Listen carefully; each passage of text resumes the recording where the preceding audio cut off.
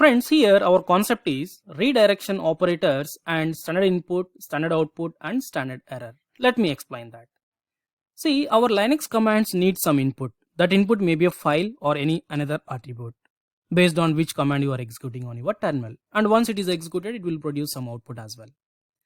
By default, input is being given with the keyboard and keyboard is called standard input device. And whatever the command you are executing on your terminal, that may produce success output or maybe an error also. So whether it is a success output or an error, both will display on your screen itself, on your terminal itself. Let me explain with a simple example. Suppose I am trying to list a file. See the result. You are able to see the information about that file, like permissions, user, group, when it was created, right? Now, the same file I am trying to read. But see the result, you are not able to see the content of that file. Instead of that, it is displaying permission denied. Actually, it was failed. It is giving an error. If you observe here, there are no permissions to read others here. That's the reason you are getting an error. That's fine. So whether you are getting a success output or an error, both are displaying on your screen itself. But sometimes you may want to redirect, you may want to store the output into a file instead of displaying on your command line. Or sometimes you may want to run one more command on the present output. Or sometimes you may want to provide the input as a file for your command. So these are nothing but redirection operations. So based on whether input redirection or output redirection, we have different types of operators. They are output redirection operators, input redirection operators, and combining redirections operators. Let me go with one by one. The very first one is output redirection operators. In that we have greater than symbol as the first operator. That is just to create a new file. Nothing is there, it's very simple. Suppose as of now we are running a command and it is displaying your output on your command line. But I don't want to display my output on the command line. Instead of that, I want to create a file or I want to store this output into a file. Then just use greater than symbol. Suppose I am creating demo.txt. Now see the result. Your content is not displaying. Your command output is not displaying on your screen. Instead of that, it is storing in a file called demo.txt. That's it. Now let me run one more command and I want to redirect that output also into demo.txt. And see the result, what is there in your file. Your previous content gone. Now the latest output is there in this file. The reason is, if you use this greater than symbol, if this file is already there, then the content will be truncated and the new output will be stored into that file. In case if it is not there, no problem, a fresh file will be created and into that your output will store. But if you want to keep your old content as it is and if you want to append new content to your file, then you have to use for greater than. It's very simple. Now let me, as of now, your content is this one, right? Now I am running with for greater than. So what will happen? This content will be there as it is. At the end, the new content will be appended to your file. Now see the result. At the end, you have a new content. That's it. Likewise, you can run any number of times. See, suppose I am rerunning this command with for greater than, so that your old content will be there as it is and new content will be appended. See that? Just now we appended this content. That's it. Now next one is input redirection operators. See, simply less than just to provide the input for your command. Anyway, by default, whatever the information you are providing on your terminal, that is the input only. But you can also mention with less than symbol. Suppose I am doing cat less than demo.txt. That's it. So as of now, don't worry about this less than symbol. We will discuss in detail in our further sections. That's fine. Now, combining redirection operators. It's nothing but if you want to send the current standard output of one command to another command as a standard input, then you have to use this pipeline symbol. Just observe that. Suppose I am running ls-lrt. So for this command, this is the output. But in this output, suppose I want to get only usernames. Yeah, only permissions I want to get. First field I want to get. That means this command output is this one. This output I want to send as an input for second command. See, with pipeline, with AWK command, suppose I am running print $1, so that you are going to get only first field. So how it is running? Simply, it is producing some output, and with the help of pipeline symbol, this command will treat this command output as an input for your AWK command. That's it. Likewise, you can combine any number of commands. Suppose here I am combining suppose with grep d, then see the result. In this output, in which line we have d, that line is displaying. That means first it is producing this command, producing the output that is giving as an input for AWK command, and this final result is providing as an input for this grep command. That's it. That's fine. Now I have a small requirement.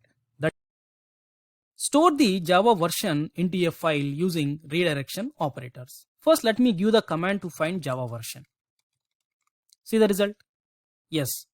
Now I am redirecting that output into a file called java version.txt. But your output is not redirecting into that file.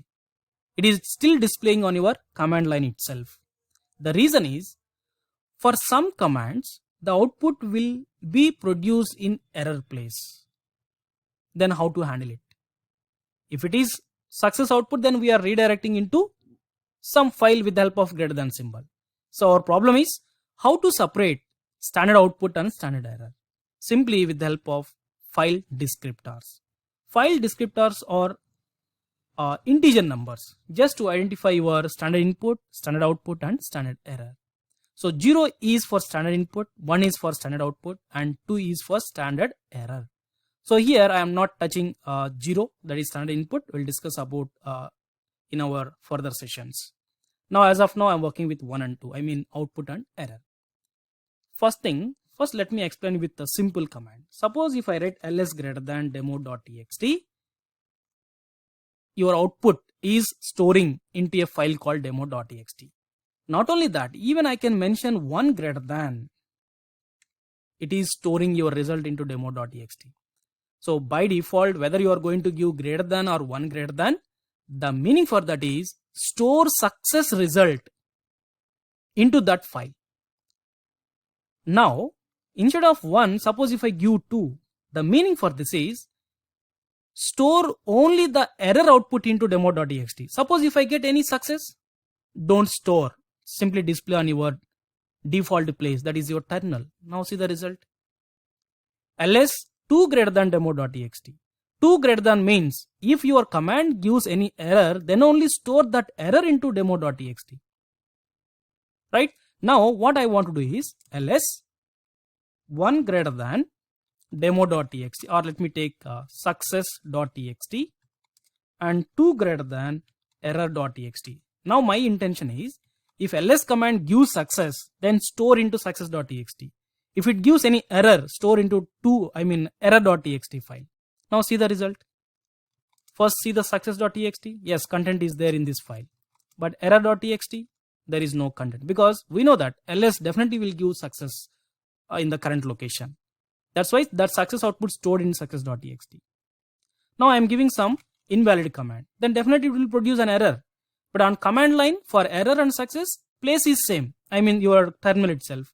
Now what I am doing is, if this command gives success, then store into success.txt file. And if it gives an error, store into error.txt file. Now see success.txt. We know that some random command, ASF, that is not a valid command. Definitely it will produce an error. That's why there would be no content in success.txt. But that error is stored in now in error.txt. That's it. The same way, even though if command is valid one, some commands will produce their output in the error place. In that case, if you want to store your result into your required file, then you need to use file descriptors. Suppose I am using 1 greater than java version.txt. We know that this will never store your result into java version.txt. The reason is java-version command giving output in the error place. But I want to store error, then use 2. Now see the result. Sorry, 2, not 2 1, simply 2. Now see the result.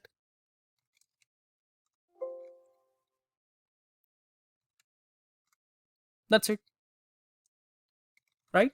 Suppose if you have any confusion for some commands, whether it is going to give success output or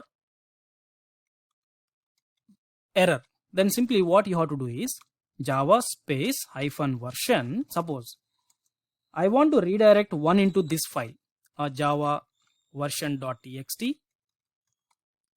2 also you can redirect into same file, so that your success and error both will store into this file.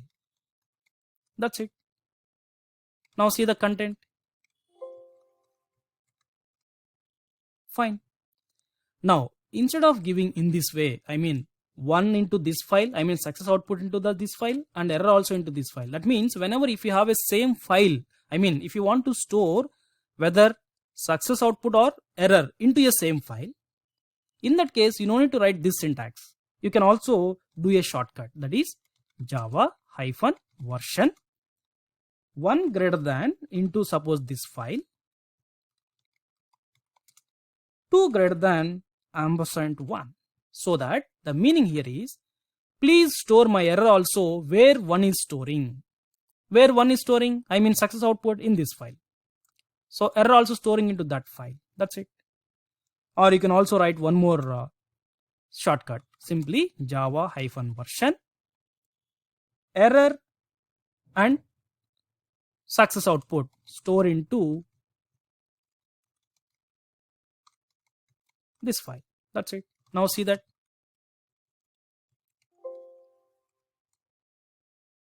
If you are getting confusion with this syntax, let me create a new file. I am creating new java.txt. Now see the result. Content is there. So friends, if you want to redirect your success output into a file, you can use only greater than, like ls greater than some new text.txt, or you can also give 1 greater than, because by default greater than symbol will consider success output. And if you want to capture error output, you have to take 2. And if you want to store success output into one file, then take 1 greater than into some your required file, then error into some error file. That's it.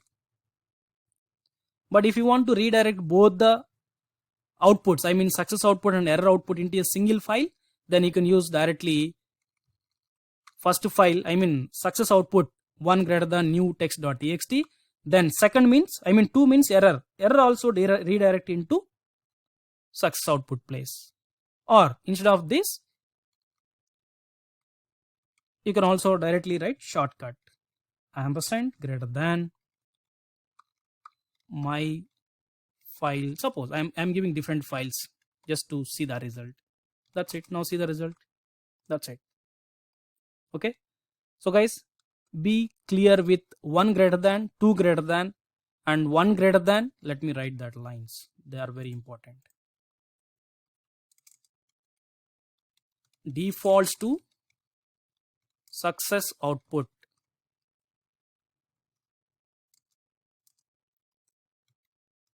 Success output. I mean you have to provide some file name here. Let's say some file name.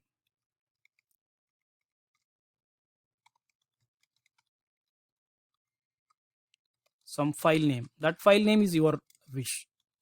Error output. And 1 greater than, suppose I am writing some file name, then 2 greater than &1. So here both will store into a single file. It may be success output or error output will store into a single file. Now for this shortcut you can also write, here one more thing, instead of this I can also write first in this way, file name, same file name, or for this shortcut is file name, your success output into this and error output where your success output is storing, or directly you can write shortcut in this way. So last three syntaxes are to store your success output and error output into a single file. That's it. Okay guys, thank you.